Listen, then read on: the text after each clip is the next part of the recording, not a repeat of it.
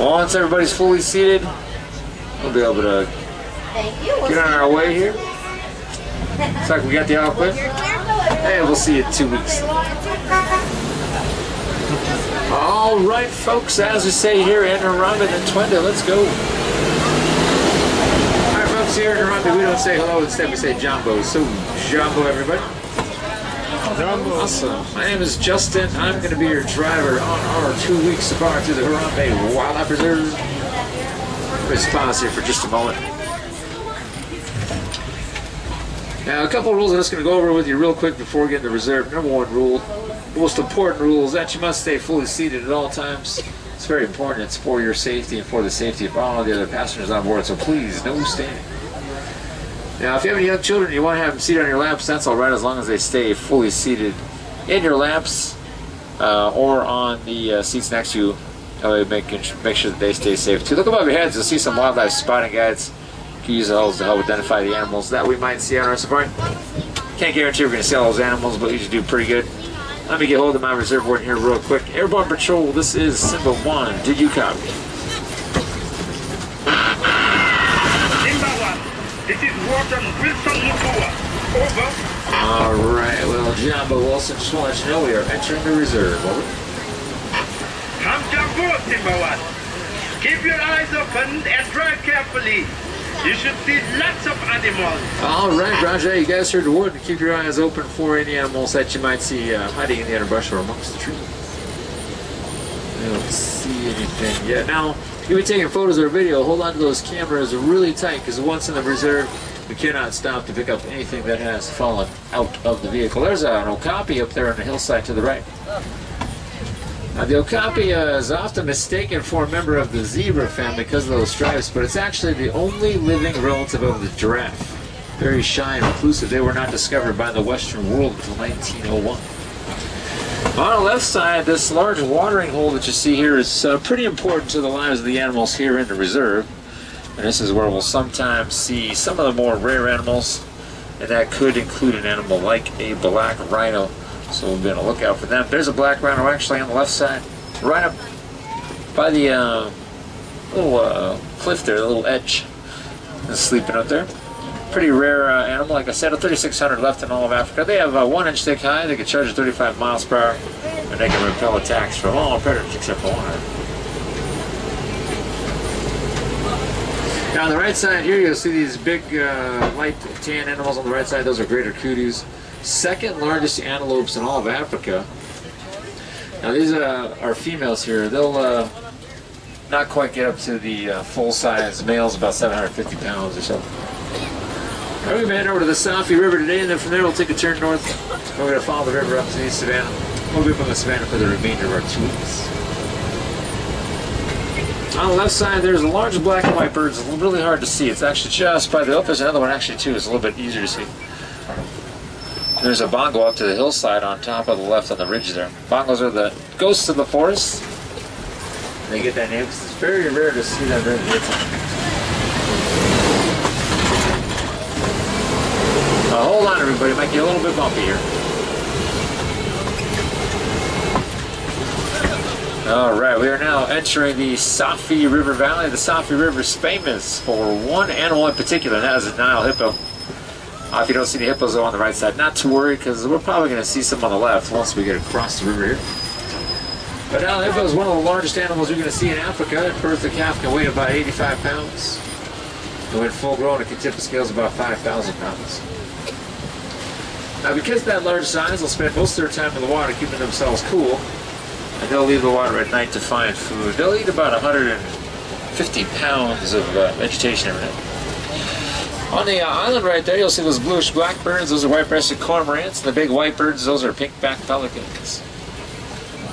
Now, the pelicans will work together to herd small fish to shallow areas where they can feed on them.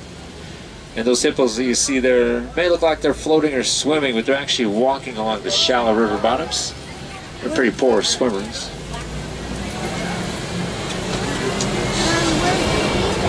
All these blackbirds you see right here, these are turkey vultures. They're native to the state of Florida, so it's very unusual to see them here in Africa.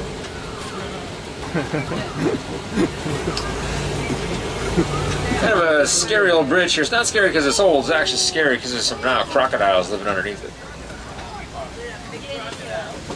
And now crocodiles larger and more aggressive than the American alligators. Look at it, the 20 feet in length. Have you seen it with their mouths open? That's how they regulate their body temperature. They are cold-blooded. They'll spend most of their time on the banks and shores of the river sunning themselves.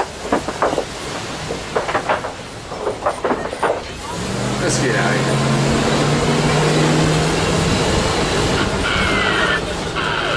Simba 1, come in.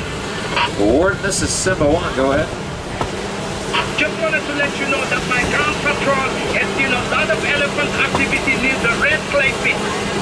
You definitely want to check out that area. All right, roger that. We are heading out of the forest now onto the Savannah. The Savannah is a completely different ecosystem than the Achuri Forest. Has its own unique animals, so we'll talk about those animals as we see them. Speaking of unique, though, on the right side is a very unique tree. That's a baobab tree, also known as the upside down tree. It's one of the oldest living residents here in Harambe. That tree is about 1,500 years old. That's my favorite view of the entire reserve. This is the Serengeti grassland system. It spreads out for hundreds of miles throughout East Africa. It acts like a super highway for millions of migrating animals. It's also home to many animals that live here year-round, including lions, elephants, giraffes. It's all part of that wild Africa we were working real hard to try and save. And on the right side, you'll see some Macaulay cattle. They're domesticated cattle. They're domesticated by the Watusi tribe. Also, horns you see there will get up to about 6 feet width and 20 inches around the base. They may look like they're real heavy, but they're actually pretty lightweight. They're full of blood vessels. They'll actually flush blood out through their horns to help cool themselves out. Acts like a natural radiator.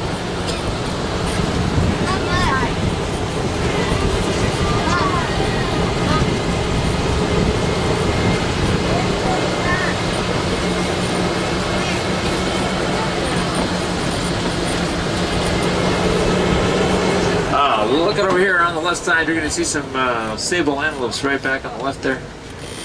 Sable antelopes are the emblem of the Harambe Wildlife Reserve. And of course on the left you're going to see some reticulated giraffes. The tallest animals on earth, they'll get up to about 18 feet tall or so. Those are some females back there.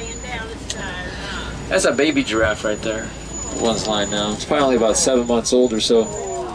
It's about 6 feet tall when born. It's probably weighed about 180 pounds or so.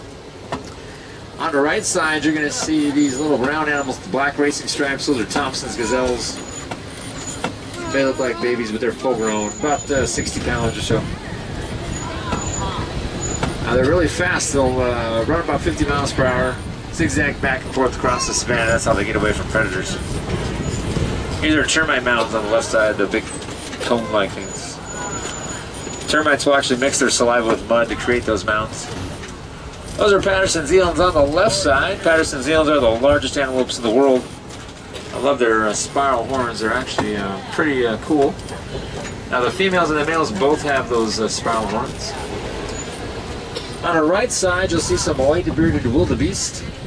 It's part of the largest migration still left in Africa. About 1.5 million wildebeest will migrate across the Serengeti every single year. They do that in numbers of about maybe 10 to 20,000 at a time. Wildebeest are pretty interesting animals. They will actually have their birthing season during the migration. So the baby wildebeest have to be up and running within just a few hours. Usually within an hour or so, they're up and running. It's fast enough to keep up with their mother.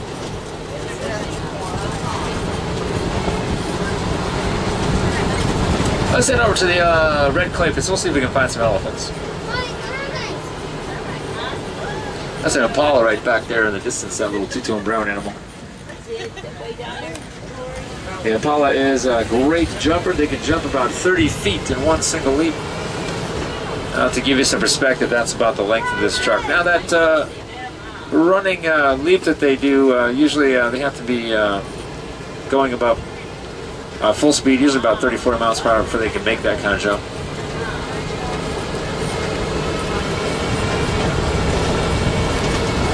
I just saw a big male giraffe walk back behind the little embankment there down this dry river bed.